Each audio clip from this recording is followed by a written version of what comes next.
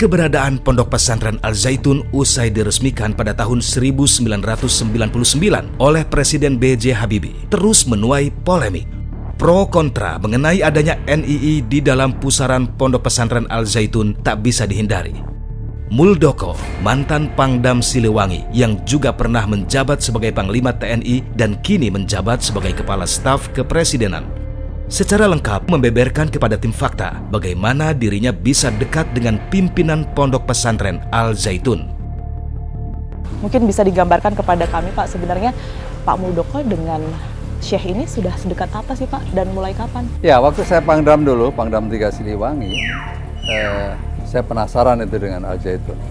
Karena yang saya dengar bahwa ada isu tentang NII itu dikait-kaitkan dengan Al Zaitun. Suatu saat saya pengen ke sana. Waktu itu Komandan Korem saya mengatakan kepada saya, waduh, sulit Komandan, sulit Panglima, nggak bisa masuk. Terus saya datang ke sana, dan sekaligus saya waktu itu juga punya misi untuk mengembangkan kesadaran bela negara. Yeah. Saya tidak ingin bahwa kehadiran kami merusak tradisi yang sudah ada di pesantren. Untuk itu, ayo, saya minta teman-teman dari pesantren datang ke Kodam, mari kita susun bersama kurikulum yang akan kita kembangkan dalam konteks penguatan bela negara.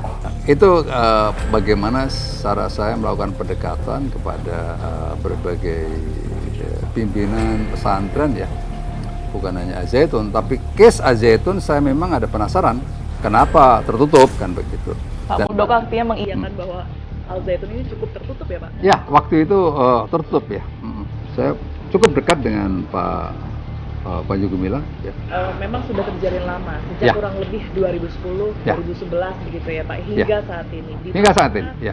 Di mata Pak Muldoko sendiri, seorang Panji Gumilang ini seperti apa kepemimpinan dalam Al Zaitun? Ya, kalau saya melihat sampai terakhir, karena saya mau wawancara, sampai tadi saya cek lagi terakhir kepada salah satu staf beliau. Gimana itu persoalan bela negara di dalam? Pak, nggak ada yang berubah. Apa yang Bapak dulu ajarkan ke kami nggak ada berubah. Tapi setelah datang ke Al Zaitun dengan berbekal banyak tudingan begitu ya berkaitan dengan NIKW 9 itu sendiri, yang Pak Muldoko dapatkan pada saat itu apa? Ya, kalau saya melihat dari dalam sih sepertinya tidak ada itu, ya. Kalau saya dapatkan dari dalam. Tetapi kan begini, kita juga nggak bisa ngikutin day by day-nya, ya. Kita punya waktu yang terbatas waktu itu, tapi setidak-tidaknya indikasi-indikasi awal kita bisa dapatkan bahwa benarkah ajaran-ajaran atau ideologi NII berkembang di situ, gitu. Nah, itu kita kan bisa kita kenali dari indikasi-indikasinya, gitu. Oke, artinya keterkaitan antara NIKW 9 dan juga Al Zaitun ini kalau dilihat secara struktur pendidikannya yang pada saat itu Pak Mul selidiki begitu ya? Kalau dari sisi pendidikannya menurut saya sih tidak ada, ya. Nggak dari formal kurikulumnya kan kita kita lihat semua adakah doktrin-doktrin yang secara tertulis dalam kurikulum itu yang berkaitan dengan ajaran-ajaran itu. Terakhir ke Al Zaitun, saya memberikan ceramah pada saat wisuda kalau nggak salah. Wisuda. Ya. Nah, udah 3-4 tahun yang lalu kali. 3-4 tahun yang lalu. Kayaknya, ya. Itu dari Syekh sendiri mengundang sebagai apa, Pak Muldoko? Ya, saya sebagai warga yang dikenal di situ, maksudnya mungkin secara pribadi sudah sebagai warga gitu ya. Yang kedua sebagai kepala staf presiden, ya. Saya hadir di situ memberikan ceramah. Berikutnya kalau ada penyimpangan dari doktrin ideologi, ya mestinya ada pihak-pihak yang juga ikut bertanggung jawab untuk segera diluruskan, bukan hanya menjadi perbincangan publik yang yang liar. Mereka harus segera take tanggung jawab itu. Artinya Pak Muldoko setuju dan mendukung langkah MUI untuk kemudian melakukan penyelidikan karena saat ini mereka sedang menggodok mengenai Al Zaitun juga. Ya, Pak saya pikir sepanjang itu dalam tugasnya MUI untuk memberikan pembimbingan, edukasi, dan seterusnya, saya pikir sah-sah aja karena itu bagian dari misi yang harus dijalankan. Gitu. Dugaan adanya NII KW9 ada di dalam lingkungan Pondok Pesantren Al Zaitun, dirinya tidak pernah menemukan hal yang dimaksud selama melakukan pendekatan kepada pimpinan Pondok Pesantren Al Zaitun. Saya juga mendapatkan salah satu artikel di tahun 2014 pada saat Pak Mul menjabat sebagai Panglima TNI, ini menyebutkan bantahan bahwa NII ini ada di Al Zaitun. Dasar dari Pak Muldoko sendiri mengatakan atau membantah hal itu? Kalau nyata-nyata di Al Zaitun ada NII berkembang, wah itu Pak Panji Gumilang ada orangnya, kenapa tangkap aja, apa susahnya? Nah, jangan hanya menjadi pembicaraan, apalagi sering-sering dalam konteks mendekati pemilu itu selalu diangkat persoalan Al Zaitun.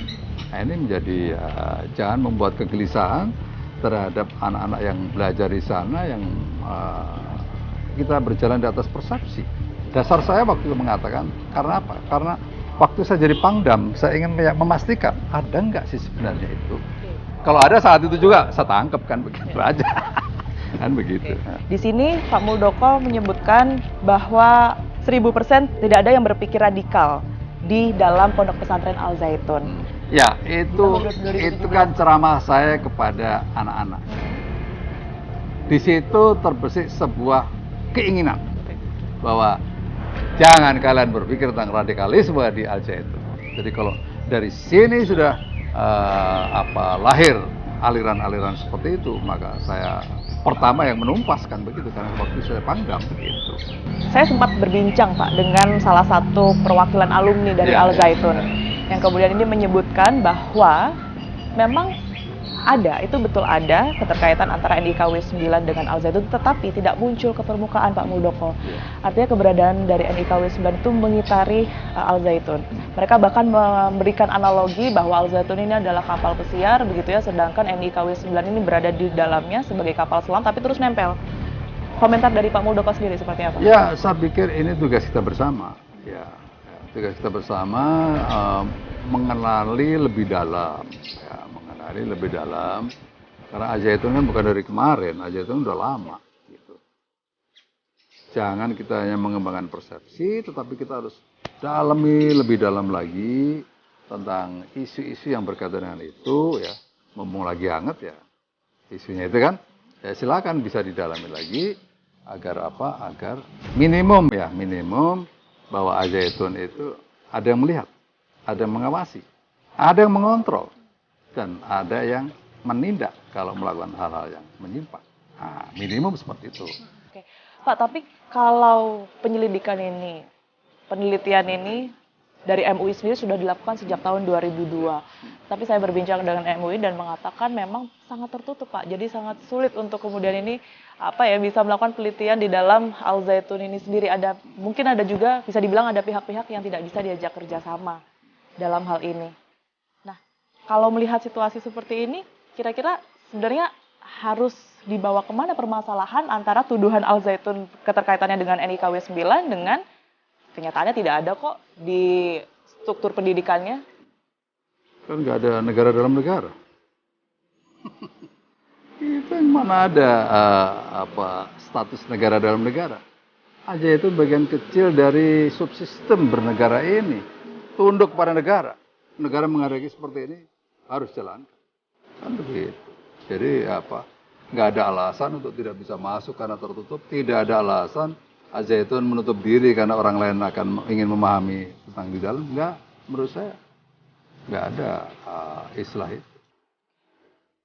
Pak Muldoko, tapi banyak juga publik yang kemudian bertanya-tanya di antara sekian banyak pondok pesantren di Indonesia, kenapa Al Zaitun ini yang begitu ibaratnya dijadikan sebagai kiblat begitu. Banyak sekali pejabat yang keluar masuk dan dekat di lingkungan Al Zaitun. Ini kenapa? Ya nggak tahu ya, mungkin karena Pak Panji Gumilang yang kontroversial. Ya itu sungguh luar biasa. Kedekatan saya di antaranya waktu itu dengan posisi saya sebagai ketua KTI. Karena saya secara ketua KTI saya juga impression dengan apa yang terjadi di sana ya, karena ini menurut saya dari sisi itu juga hebat gitu ya, pesantren bisa mandiri seperti itu.